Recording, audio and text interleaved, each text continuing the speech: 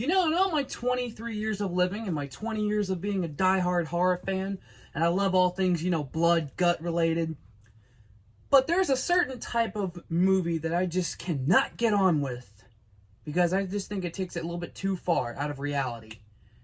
Now, today we're going to see if we can answer the question, is torture porn just gross or is it tongue-in-cheek? Let's discuss. How's it going, guys? Tyler here today with another video, and we, as I said before in the intro, we're going to talk about a certain type of movie that I just cannot stand to get along with. I've seen my definite fair shares of them, and they've definitely been more just pastime watches, and just bored and just trying to see what could be new out there outside of slashers and stuff, which is obviously my favorite thing. But yeah, that genre of film is called torture porn, and it is something else, to say the least. Now, if you're new to the whole thing, that's fine. I can answer the question real quick if you must want to know. What is exactly torture porn? Torture porn is a certain genre of horror where they just decide to go a little bit more realistic with it, and it's almost like it looks like a snuff film. The more extreme side of it, at least. We have examples like August Underground, Women's Flesh, My Red Guts, kinda. Guinea Pig 2, I believe, which is also a movie that Charlie Sheen tried to have banned completely because he thought it was snuff. Little fun fact for you. It's a more lighthearted examples, per se. The lighthearted examples would be something that you may have seen already, which is kind of in the same realm, or you could just consider a whole different thing. That's just my opinion. But, films like Hostel and Terrifier, and maybe even some of the Texas Chainsaw Massacre films have been considered under the title of torture porn. I really like that side of the horror genre, the torture porn that's it still is believable enough, but it doesn't take me to a reality where I have to ask myself if this is real or not, because it's just never been up my alley. Alongside a bunch of torture porn sites, as I call them, which would be bloody disgusting.com, or no, it's not bloody disgusting, it's effed up movies. That's one thing that I don't go on very often, but my mom, she's just all about those really disturbing movies, but I think I've seen probably more than her, which, as I said before, it's not my favorite thing, and it's in fact something that I just don't like.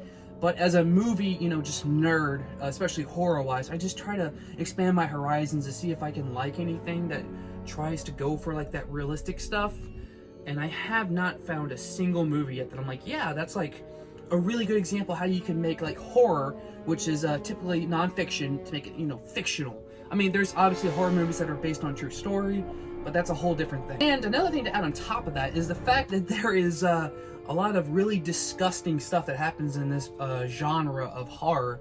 Some great examples would be just the director alone, Lucifer Valentine. I watched one of his movies. I think I watched maybe 10-13 minutes of it, and oh my god, I love horror movie. I live and breathe this stuff. But that movie that I watched, and it was called Slow Torture Puke Chamber. I should have known from the title what the fuck I was about to do. On the one side, you could say these are really just tongue-in-cheek and they're trying to push the boundaries. You can say the same thing with metal. If you take a band let's go for a little mainstream, Metallica. If you take Metallica, and they can talk about war and stuff, and it's a real story, especially the song One. It's about the war hero who had his parts blown off in the war, I believe, and I don't remember the whole story. I'm not a huge Metallica fan, but you know where I'm going with this if you know Metallica. And then you can take another band oh god, what's a really good tongue-in-cheek band? Let's go on the brutal side of music. So let's say Visceral Disgorge or Devourment or Vulvectomy, stuff like that. They push the music and the lyric themes really far, and I'm a huge metalhead as well, but it's just I could never sit down and write lyrics about, gutting open a woman and taking out the fetus. I could never do that. I'd rather write songs, that have a different, perspective when it comes to metal, which is why I really like, other certain types of metal. But I'm a huge death metal guy as well. That's why I consider the death metal side of things a little bit more tongue-in-cheek. Rather than movies that there's some that try to be tongue-in-cheek and they just push it too far.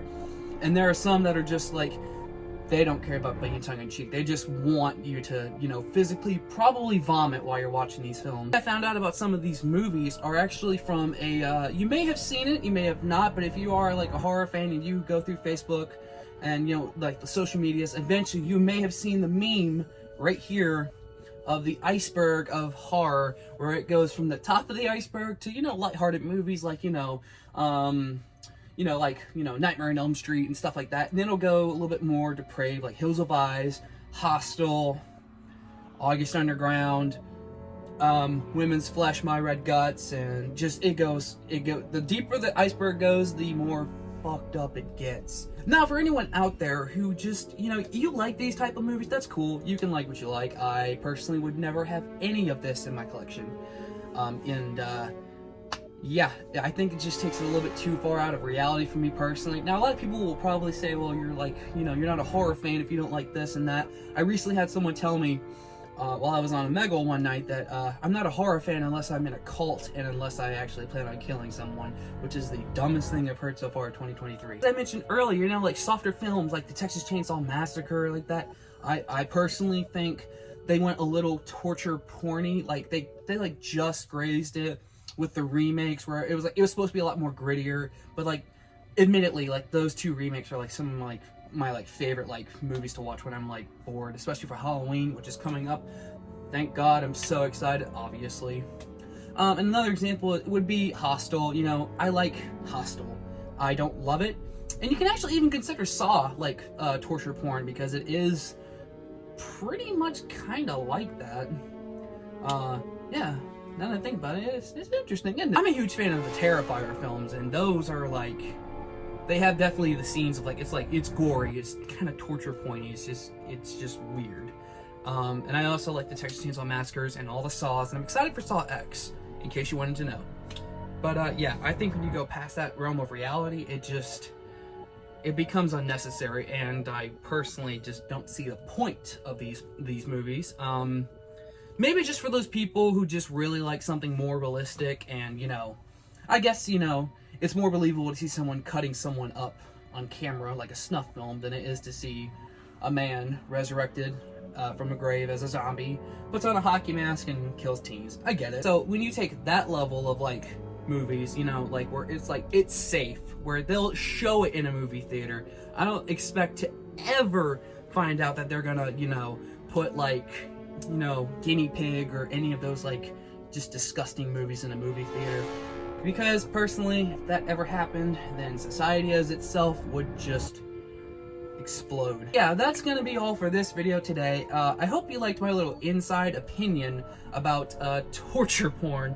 Such a weird thing. I just thought I would mix it up a little bit and go away from slashers and all these other ranking lists to do something a little bit weird. So yeah, I hope you guys enjoyed this video, and I will see you guys very soon with 2 more videos coming this month. I'm definitely sure of it. I know I may have more, but I know for a fact you'll have another video sooner than the last one came out. And like I said, I also have one planned for August 13th. And I'm really excited for that one, because it's been about 3 years in the making of what the video is. And the next video, I'll tell you what that is. But if you already know what it is, shut up. Don't ruin the surprise. Thank you guys so much for watching, and I'll see you all in the next one. Take it easy.